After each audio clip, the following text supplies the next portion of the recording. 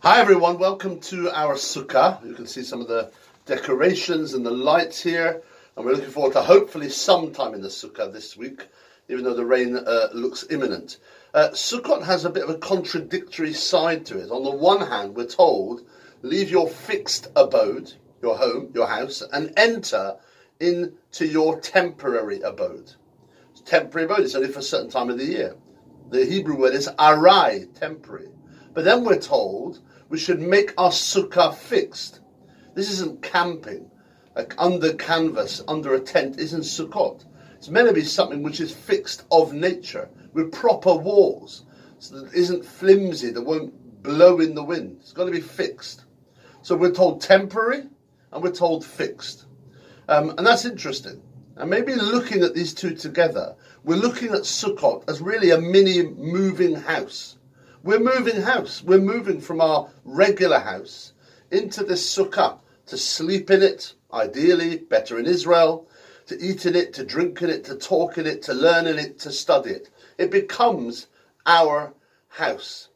And what's interesting also is that this movement to sleep, to dwelling in a sukkah, a different place on the festival, is connected to the Exodus of Egypt. When we were brought out and God put us, so to speak, in Sukkot. That's what we're told in the Torah.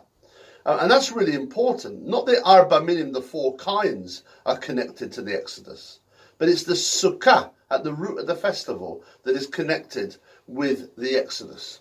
And I think there's something here about not taking our abode for granted, not taking the fact that we dwell and live in a house for granted. We move out to remember the house that God put us in and think about the vulnerabilities around housing.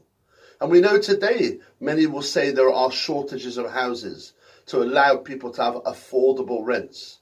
Many will say, of course, there are pressures on many to get into buying houses, to get onto the equity ladder, which is so much more difficult now. And of course, we know of growing homelessness. So here we connect the Sukkah to the Exodus from Egypt, reminding us how God gave us a dwelling. And then, therefore, and you can see the lovely flashing lights here, therefore, we don't take the concept of abode, of dwelling, for granted. We move house into a house which is temporary, and then, of course, we move back in after the festival of Sukkot. Something to reflect on. Have a great Chag, come to Shul, be part of a great festival at Shul, and I really look forward to seeing you. Chag Sameach.